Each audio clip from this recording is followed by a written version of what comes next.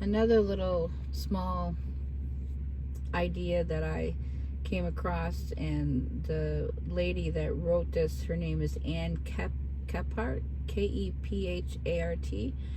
Totally give her all the credit for it, but I thought it was so powerful.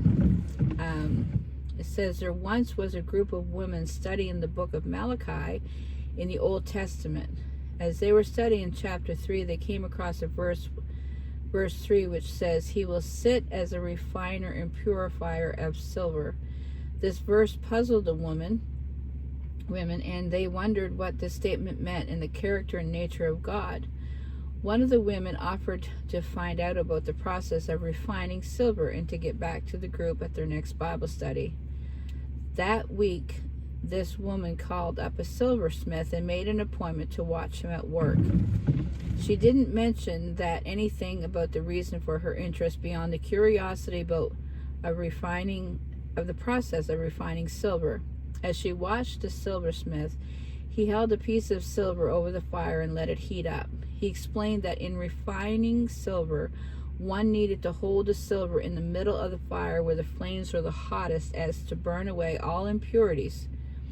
The woman thought about God holding us in such a hot spot. And then she thought again about the verse that he sits as a refiner and purifier of silver.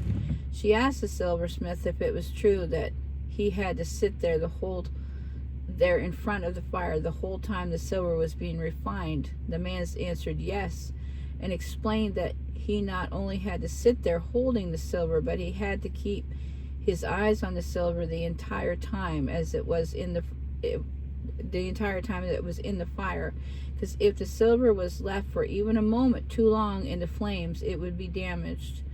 The woman was silent for a moment, and then she asked the silversmith, how do you know when the silver is fully refined? He smiled at her and answered, oh, that's easy. When I see my image in it is when it's refined.